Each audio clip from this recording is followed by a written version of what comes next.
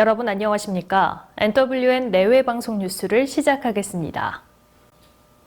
자유한국당 황교안 대표는 문재인 대통령이 조국 법무부 장관 후보자에 대해 끝내 미련을 버리지 못한다면 결국 국민의 준엄한 심판을 받고 조국과 함께 몰락의 길을 걷게 될 것이라고 말했습니다.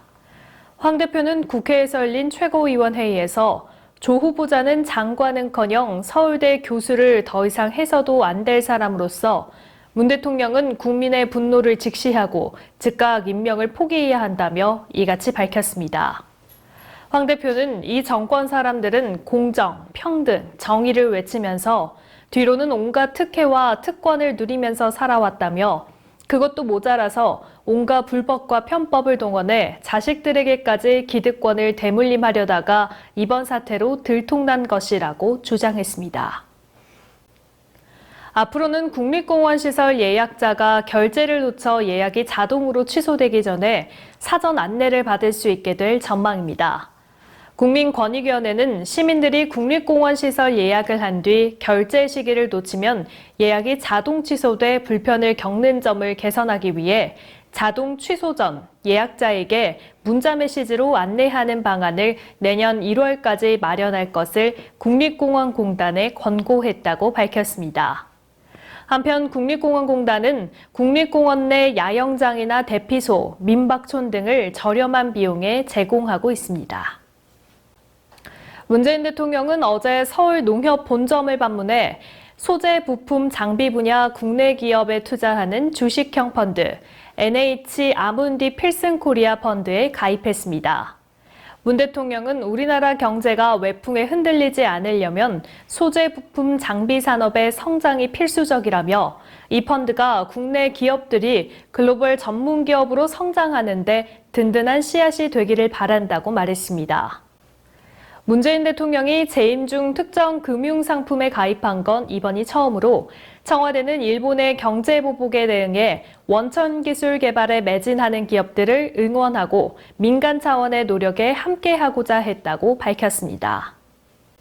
정부의 한일 군사정보보호협정, 지소미아 종료 결정에 대해 국민 절반 이상이 긍정적으로 평가한다는 여론조사 결과가 나왔습니다.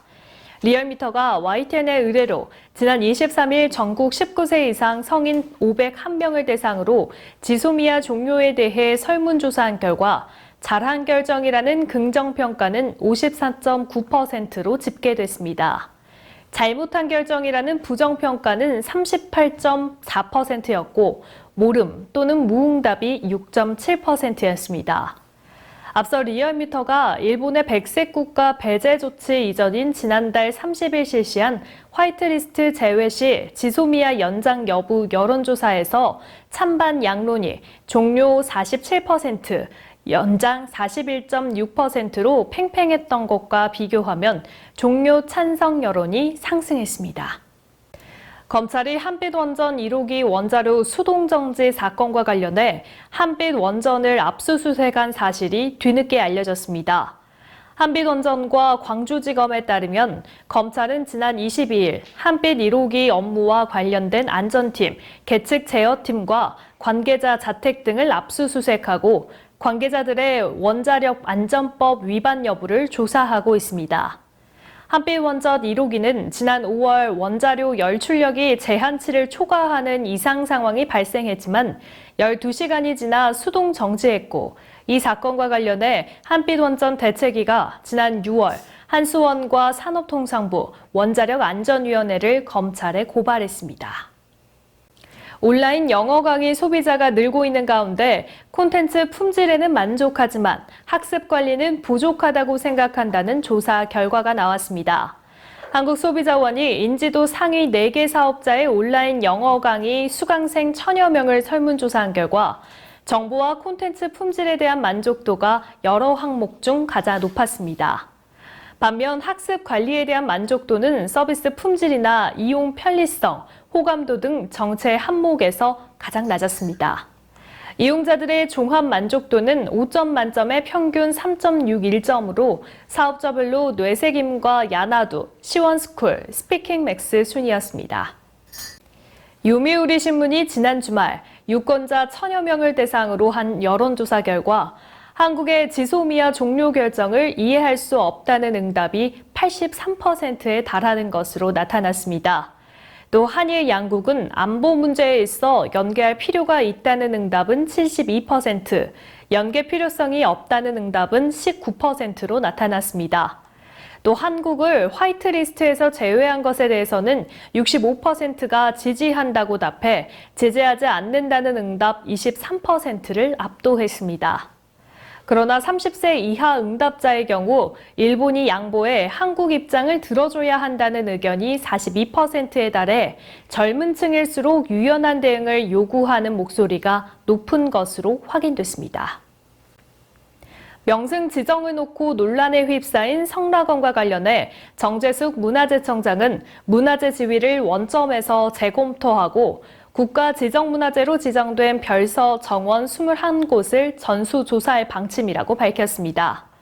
정 청장은 국회에서 열린 성락원 명승 지정, 무엇이 문제인가라는 토론회에서 성락원은 역사적 사실에 대해 충분한 검토 없이 소유자의 증언과 현대 기록에만 의존해 국가지정 문화재가 됐다며 지정 과정에서 나타난 과오를 반성한다고 밝혔습니다.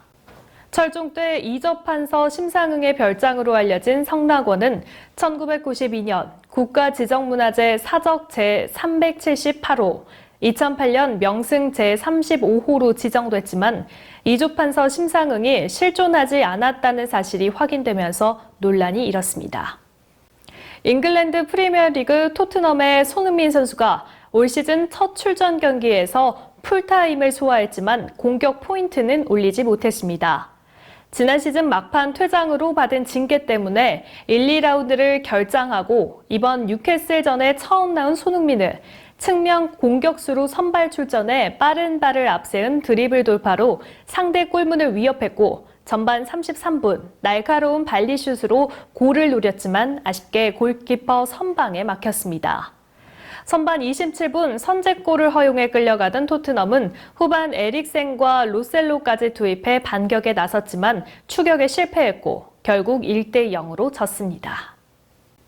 지난 24일 오후 3시 구리 전통시장에서 내외방송 전속 가수들이 전통시장 활성화 공연을 했습니다.